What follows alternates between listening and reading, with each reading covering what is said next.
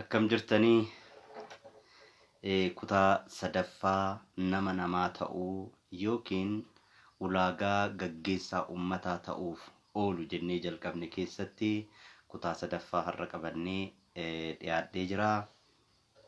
Wantoonni kunniin akka mariidhaa isinii ta'an akka booda dubbisuudhaa gargaaran nama hordofaa jiruuf faayidaa waan qaban waanuman dubbisee irraa isinii kennuudhaa fi taa'urra dubbisanii cal'isuurra dubbatanii dubbisuu wayya waanuma jedhu irraa ka'eetiin dubbadhaa. Namoonni irraa fayyadamaa jirtan akka jirtan abdiin qabaa. Egaa qabxiilee gaggeessaa ummataa nama taasisan keessaa inni amma sadaffaatti sadarkaan osoo hin taane nu barbaachisan sadarkaan dudoo ta'ee inni kun olaanaa ture. Kanaaf amanamummaa gaggeessaa ummataa ta'uudhaaf qabxii isa olaanaadha jechuudha. Qabxii isa olaanaadha. Gaggeessaan tokko hin amanamne taanaan hordofaa hin argatu.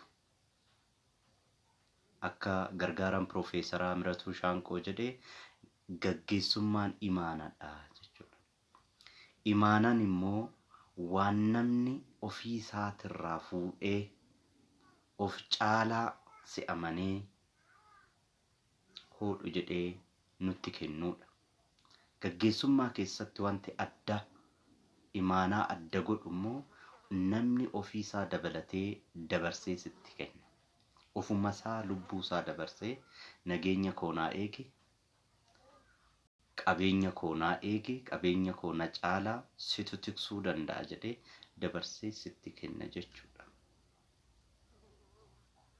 Baankii keessa maallaqa ofii isaatti yennii jenne baankii keessa kaa'anan sababni isaa mana isaa caalaa na bira hoo taa'u hin bada, na bira hoo taa'u akkaataa barbaadametti deemuu hin danda'u, akkaataa barbaadamaa isaatitti kan naa qabu baankiidha jedhee warqee isaa maallaqa isaa fuudhee kenna. Akkuma kana dhaabbata namni namatti kenna. Dhaabbata bara jiruu isaa keessatti hojjetee maallaqa guddaa kuusee itti dhama'ee asiin ga'e hodhuu gaggeessii dhaabbata kana itti galli isaa isa kana mul'anni isaa isa kana achiin naa gahe jedhee amaanaadhaan sitti kennaa jechuudha. Kanaaf amanamummaan bakka hin jirretti hordofaa fi gaggeessaa jidduutti immoo hallayyaa bal'aatu uumama. Hallayyaan kun maqaan isaa shakkiidha jechuudha. Wal shakka namni wal shakkuutti yoo deemu akka dhaabbataatti haa ta'u akka ummataatitti galma ga'iinsa baay'ee rakkataa jechuudha. Kanaaf haasofni amma guyyaa irratti haasofnu hedduun isaa cuunfamee walitti dhufu na amanii jechuu ta'a jechuudha. Warri beeksisaa televezyiiniidhaan, reediyoodhaan, as karaa moobaayila keenyatiin beeksisa irratti hojjechaa oolan na amanaayi, nu bira koottaayi kan akkanaa qabna. Jecha kiyya amanii na bira koottuu siin jechaa jira jechuudha. Paartileen mormitootaa bahanii wanni isaanii, poolisii isaanii, tarsiimoo isaanii biyyaaf qaban yeroo ibsan nu amanaayi kana isinii kennina jechuu isaaniiti jechuudha. Akka kanatti deemna. Kana jechuun na amanii ta'u na filadhuu ani kanan sii milkeessaa jedha jechuudha.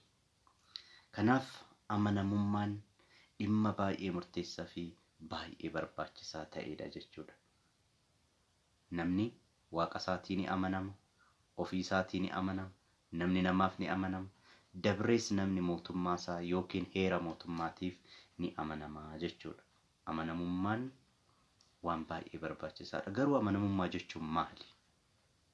Akkuma gabaabsinee teechisnu amanamummaa jechuun waan jecha keenyan jenne gocha keenyan taanee argamuu jechuudha. Waan jecha keenyan afaan keenyaa bahe gocha keenyan taanee argamuudha. Gama biraatiin nan danda'a jettee itti seentee dadhabdus dhugaasaa dubbachuun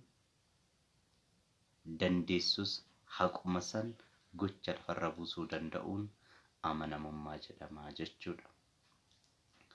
Amanamummaan akka nama dhuunfatti amala nama dhuunfaa keessaa taatummaa isaa keessaa yoo ifu namichi kun kan xawalwaallee hin taane, kan hin sobne, kan hin hanne, kan imaanaa itti kennan hin nyaanne amanamaa jedhama. Nama amanamaa jedhamaa jechuudha. Amanamaa jechuun gaa wal simiinsa gochaa fi jechaa jechuudha. Wanti afaan hin dubbanne, kana jechuun wanti barreessine, wanti waltajjii adda addaatti dubbanne, wanti tarsiimoo goonee baafne, wanti akka kanattan deema jennee dambii fi qajeelfama itti hojjenne akkaataa saniin ta'anii argamuun amanamummaa nama jechisiisaa jechuudha. Amanamaa nama jechisiisa. Namni amanamaan taane, namni gocha isaa keessatti amanamaan taane gaggeessaa haqaa ta'uu hin danda'u. Gaggeessaa fakkeessaa ta'uu ni danda'a. Gaggeessaa dhugaa garuu ta'uu hin danda'u. Maali? Gaggeessaan inni haqaa amanamummaan amala isaati. Namni ittiin kennu gabaarraan bitu kan isaati keessa isaati maddaa jechuudha. Jalqaba ofii isaatiitti amanama, namaaf amanama, waaqa isaatii amanamaadha, mootummaa isaatii amanamaadha. Heera biyyattiitiif jechuu kiyya. Akkaataa sanitti amanamummaan faayidaa guddaa qabaa jechuudha. Lafa amanamummaan hin jirretti gaggeessummaa milkaa'e fiduun baay'ee rakkoodha. Akkaataa Harvard Business Review qorannoo gaggeessitoota Ameerikaa filame irratti gaggeesseen qabxiilee 4 jiddu gala godhatee qorannoo godheen bu'aa isaan akka biyyaatitti fidan sochii isaanii keessatti bu'aa dhufe, akkasumas immoo jijjiirama gaggeessuu isaanii, jijjiirama fiduu isaanii, kana dabalatee amanamummaa akka afuraffaatti fudhatanii qoratanii amanamummaan 94% gahee olaanaa, shoora olaanaa milkaa'ina gaggeessummaa isaanii keessatti akka taphate ibsamee jira jechuudha. Egaa amanamummaan lafa hin jirretti gaggeessaa haqaa taana jechuun fakkeessuu yoo hin ta'in bu'aan qabu jechuudha. Amanamummaan gatii nama baasisu qaba. Amanamummaa keetiif jecha waan dhabdu qabda. Akka dhuunfatti amanamummaa yoo ijaarrattu, nan amanama jettee waan warri hin amanamne hojjetan irraa bilisa ta'uutu nama barbaachisa. Isaan amanamaa miti ni hatu, ati amanamaadha hin hattu. Isaan ni fakkeessu, ati amanamaadha hin fakkeessitu. Gatiin jara lamaan jidduu jiru olaanaadha. Kanaaf jecha wanti dhiibbaa guddaan sirra qabu jira jechuudha. Haa ta'u malee wanti abdatamuu qabu immoo namni amanamaan, namni amala amanamummaa, taatoo amanamummaa, hojii isaa keessatti amanamummaan calanqisu akka warqeeti. Gaafa awwaarri warra sobduu, awwaarri warra artifishaaliidhaan of uffisanii amanamummaa fakkaatanii gaafa irraa ka'u warqichi ifatti calanqisuu eegala. Kanaaf fakkeessuu caalaa dhugumaan amanamummaadha. Amanamuutu caala. Akka gaggeessaa milkaa'inaa itti boru guddaa ta'uutitti har'a nama namaa ta'uuf, nama uummataa ta'uuf amanamummaan shoora olaanaa, shoora kana hin jedhamne, gita hin qabne taphataa jechuudha.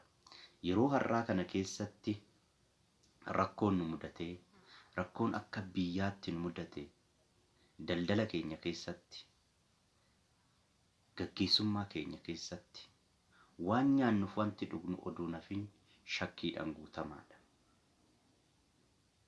Barbarree gabaarraa jirru wayi biyyee diimaa ta'aa jennee shakkina.